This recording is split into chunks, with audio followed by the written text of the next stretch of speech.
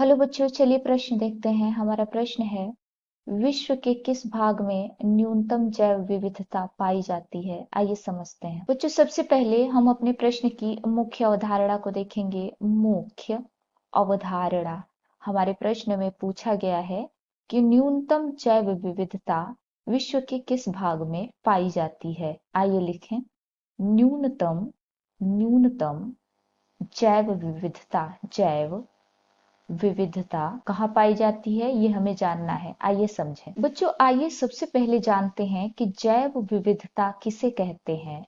जैव विविधता होता क्या है, आइए देखें। तो किसी स्थान विशेष में विभिन्न जाति के पेड़ पौधे या जीव जंतुओं का पाया जाना ही जैव विविधता कही जाती है। आइए लिखें, किसी स्थान विशेष के विभिन्न जातियों, विभिन्न प्रकार की जातियों, विभिन्न प्रकार की जातियों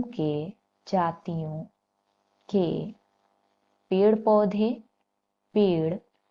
पौधे या जीव जंतु कोई से भी जीव जंतु हो सकते हैं बच्चों, सूक्ष्म जीव जंतु या बड़े जीव जंतुओं को, इन सबको मिला के, इन सभी सजीव जीवों को मिला के जैव विविधता का निर्माण होता है। जैव विविधता कहते हैं, जैव विविधता कहते। हमारे प्रश्न में पूछा गया है कि विश्व में न्यूनतम जैव विविधता कहाँ पाई जाती है। न्यूनतम जैव विविधता कहाँ पाई जाती है?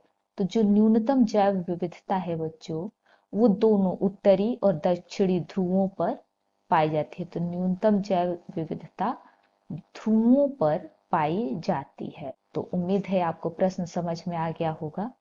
धन्यवाद।